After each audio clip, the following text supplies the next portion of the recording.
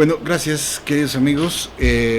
Continuamos aquí en disyuntiva en lo que mi querido doctor Frisbee y se instala para el enlace y la consulta de esta mañana. Pues vamos a dar paso a la intervención de mi queridísima profesora Laura Villafuerte. Ella ahorita justamente está frente al salón de clase, pero nos ha dejado aquí su colaboración. En esta ocasión nos habla del Sati. Adelante, Laurita. Disyuntiva presenta. ¿Qué tal? ¿Cómo están? Me da muchísimo gusto saludarlos otra vez. Espero ya seguir agarrando más ritmo para estar súper conectados con ustedes y compartir mucho más historias, aventuras y temas de esta India increíble.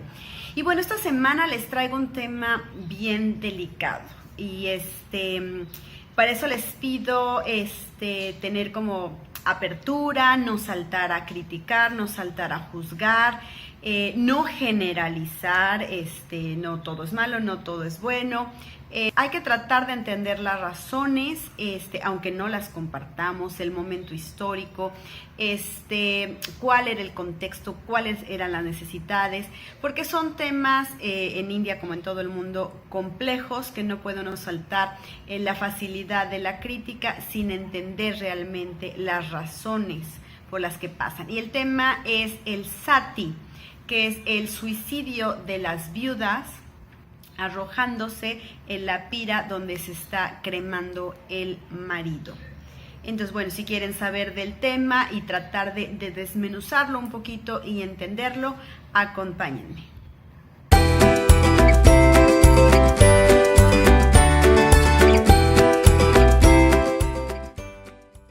Pues así es, el sati es una práctica principalmente en el norte de India, aunque bueno, luego ya les contaré, se extendió, que se refiere al suicidio de las viudas en la pira de donde se está cremando el marido. Ahí se lanzaban, se quedaban junto al cuerpo para acompañarlo y morir con ellos. Sati en realidad viene de la raíz sat, que significa mujer virtuosa, buena mujer o esposa fiel. Esa es la forma de entender esta práctica. La primera mención más o menos se encuentra en el siglo III a.C., aunque las evidencias ya se encuentran hasta el siglo V y hasta el siglo IX más o menos después de Cristo. De hecho, por ahí se dice que hay un monumento al sati que fue encontrado en el año 510 después de Cristo. Esta práctica inició originalmente con la aristocracia guerrera, principalmente hinduista, y como les decía, más o menos por el siglo X después de Cristo se fue extendiendo a todo India, y no solo India, evidentemente lo que hoy conocemos como Nepal, sino también llegó hasta Indonesia y Vietnam. En el siglo XV, de hecho, el viajero italiano Niccolo di Conti señaló que 3,000 esposas y concubinas de los reyes de Vijayanagara habían sido quemadas. Es que imagínense, esto era de aristocracia, los reyes generalmente tenían no solo la reina, sino también el harem, entonces eran cremaciones multitudinarias. Cuando llegaron los musulmanes, los europeos también se sorprendieron y las historias que narraban eran desde el horror hasta el súper reconocimiento y admiración por la devoción de estas mujeres a la religión, a las costumbres, a las tradiciones y al marido.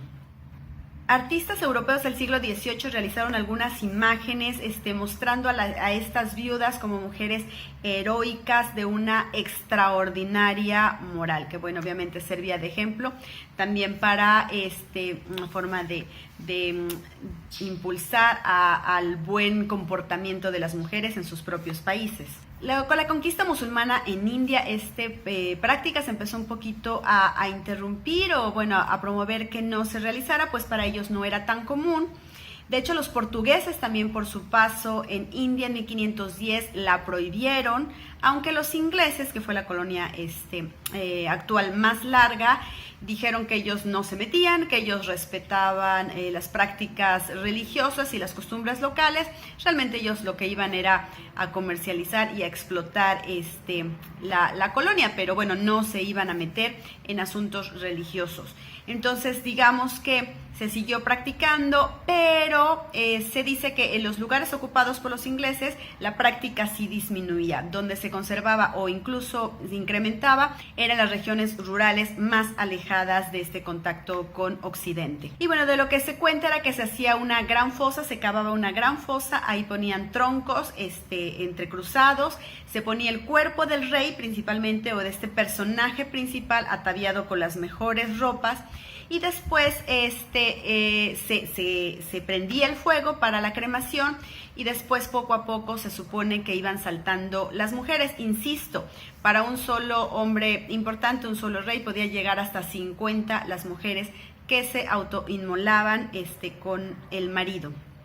Las mujeres obviamente también iban vestidas con sus mejores galas, con piedras preciosas y con lo mejor que podían tener. Alguna de ellas, de hecho, se distinguía, supongo que la esposa principal o la reina, que traía la espada del marido muerto. Entonces, todos lujosamente ataviados.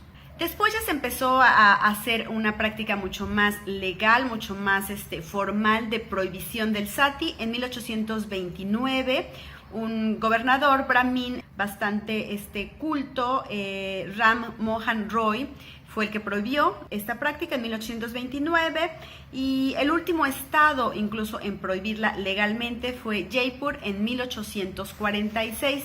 Sin embargo, por ejemplo, Nepal quedó prohibido la práctica del sati hasta 1920.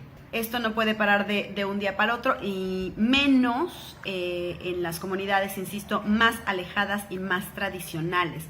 Pero bueno, ya la definitiva prohibición vino en 1988, cuando por leyes se estableció como ilegal promover, glorificar, forzar, castigar,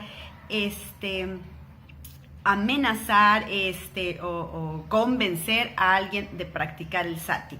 Y de involucrarse en esto va desde lo 1 a los 7 años de prisión, o hasta pena de muerte o cadena perpetua. Ya se legisló en ese sentido. Y bueno, los que estaban a favor del sati decían que era una práctica voluntaria. Sin embargo, la presión social y la presión familiar, sobre todo, era muy, muy grande. Hay grabados donde se alcanza a ver a las mujeres que estaban atadas a la pira junto al esposo, o que estaban amenazadas con hombres con palos por si se querían mover de ahí. Insisto, los que estaban a favor decían que estaba en las escrituras, entonces que por tanto pues tenía que ser bueno y tenía que ser respetado.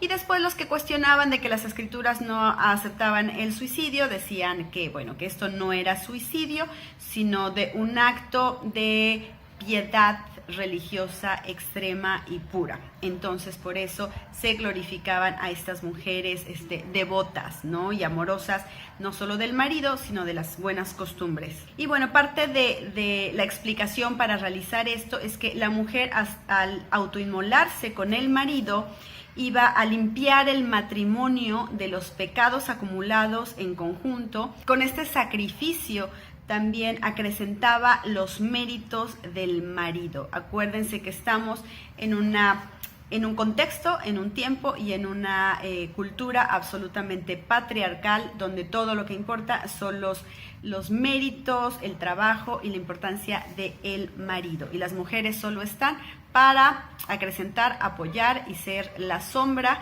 que los impulsa a ellos resplandecer más, ¿no? Se dice que algunas veces se les daba un brebaje especial para mitigar el dolor, o para que, bueno, no fueran tan conscientes, que, bueno, podría ser también una forma de drogarlas para que no tuvieran voluntad y se sometieran a esta práctica. Pero bueno, ¿qué hay que entender de todo esto?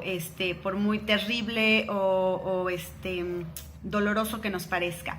Estamos entendiendo, insisto, que son tiempos antiguos, las tradiciones mucho más fuertes y otro contexto económico, social y cultural. Las viudas, ¿qué pasa con las viudas? Recuerden que las mujeres dejan la familia paterna, dejan a sus papás, a sus hermanos directos, y cuando se casan van a la casa del esposo.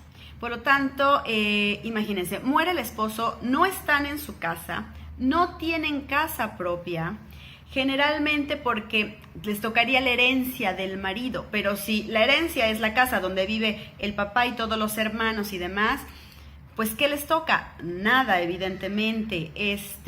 Lo único que tienen es el oro que portan, por eso las mujeres son tan fan y tan necesitadas y tan coleccionistas de oro. Hasta la más pobre en la primera oportunidad lo consume porque es lo único que pueden tener como propiedad. Acuérdense que si ahora es difícil en ese tiempo, pues tampoco podían trabajar, no podían independizarse, no podían hacer una vida nueva. Digo, olvidado totalmente que se volvieran a casar e hicieran otra familia. Tienen que seguir un montón de rituales de austeridad, digo, hasta el momento, y evidentemente en ese tiempo eran peor. Vestir solo de blanco, no usar joyas, algunas hasta se rapaban, o bueno, lo siguen haciendo en algunas comunidades. Y entonces nadie realmente se quería hacer cargo de ellas porque era un peso económico, ¿no? Entonces sus papás directos, pues no los van a volver a hacer caso, ya no es su responsabilidad. Y obviamente la familia política, pues si tiene una gran familia, ahora sí que no era familia de sangre, pues no van a querer hacerse cargo de ella, porque al final de cuentas, al morir el marido, pues se convierte en un peso. Y si tiene hijos pequeños, pues los hijos pertenecen a la familia del esposo, y si tienen hijos grandes, pues ellos tienen sus propios problemas con sus propias familias. Entonces es una situación donde no pareciera muy fuera de lugar pensar que era una mejor alternativa quitarse la vida junto al marido que padecer todas estas circunstancias de maltrato, rechazo y de una situación verdaderamente penosa para ellas. Y bueno, ojo, no hay que confundir con otra práctica que se llama yohar. Este es el suicidio colectivo que se hacía durante la guerra, en los tiempos de guerra. Entonces no hay que confundirlos, parece lo mismo pero es diferente práctica. El yohar, lo que se hacía era que cuando los hombres se iban a la guerra y perdían la guerra, obviamente llegaban las noticias a la población, y entonces desde la reina hasta todos, niños, ancianos, enfermos, hacían una gran hoguera para que, imagínense, todo el pueblo, mujeres, niños, ancianos y enfermos, se arrojaran a esa pira. También suena tremendo, inimaginable que alguien por voluntad pueda saltar a eso. Pero, insisto, también el contexto. Cuando ya sabían que había perdido la guerra, iba a llegar el imperio invasor, fuera hinduista, fuera musulmán, fuera de otras culturas, en esa época, y generalmente por ese contexto llegaban a ser los esclavos, a violarlas, a maltratarlas, a asesinarlas de una forma tremendamente más cruel. Entonces no tenían opciones. Era eso o enfrentarse a lo terrible. Entonces preferían morir con dignidad, por su propia decisión. Y acuérdense que para ellos el valor moral, el valor de preservar su integridad, su nombre, su cultura, su fortaleza, a pesar de haber perdido, era mostrar final valentía y de no someterse ante el invasor. Entonces, bueno, insisto, aunque no estemos de acuerdo con todo este contexto, cobra cierto sentido que en ese momento, y además sin otras alternativas, sin otro tipo de oportunidades, de información, pues era lo viable en ese momento. Muchas, insisto, sí eran obligadas a hacer eso, pero muchas no. Sobre el número de casos es bastante cuestionable porque hay algunos registros pero varían mucho, entonces no es como muy confiable la información. Pero se dice, por ejemplo, que en Bengala el presidente de la Compañía Británica de las Indias Orientales documentó que entre 1813 y 1828 se reportaron 8.135 casos. Por ahí hay un reporte de 1817 en esta misma zona de Bengala que hubo no menos de 700 viudas que se arrojaron y practicaron el sati. Se dice que los rituales fueron más en la zona de Bengala y Bihar, y aumentaban durante periodos de hambre y escasez, lo cual, bueno, se entiende, ¿no? La situación. Desde la independencia en 1947 de la colonia británica, se reportan 40 casos documentados. De hecho, en 1987 fue un caso tan sonado que llevó a la ley que ya les comenté. En el 2006 se reportan 2 casos y todavía en el 2008 se dice de una mujer de 80 años que se lanzó a la pira donde estaba siendo cremado el marido. Se dice que por ahí en alguna población remota puede seguirse practicando, aunque no hay nada documentado. Obviamente, bueno, ya con la creciente acceso a los medios de comunicación, televisión, todo mundo, por más pobre que sea, trae un celular, pues evidentemente ya hay otras alternativas, hay otras influencias, para bien o para mal, donde esta práctica ya se está quedando en la historia, para hablar de ella, para analizarla y bueno, para tratar de entender en qué situaciones extremas estaban estas mujeres para participar de estos rituales, de esta tradición voluntaria o involuntariamente. Pues bueno, espero que les haya sido interesante el tema. Insisto, es muy complejo, mucho que debatir y mucho que reflexionar al respecto. Escríbanme sus comentarios, ustedes qué piensan, en qué otro país saben que haya algo relacionado. Y bueno, si les gustó, por favor, compartan el video. Les agradeceré muchísimo que lo pasen a sus amigos o quien sepan que les puede llamar la atención el tema. Pónganme sus likes y suscríbanse si todavía no lo han hecho, porque yo sé que me ven, pero luego no se suscriben. Y de verdad me ayudan mucho para seguir trabajando por ustedes y con ustedes. Y entonces los espero la próxima semana con más cosas interesantes.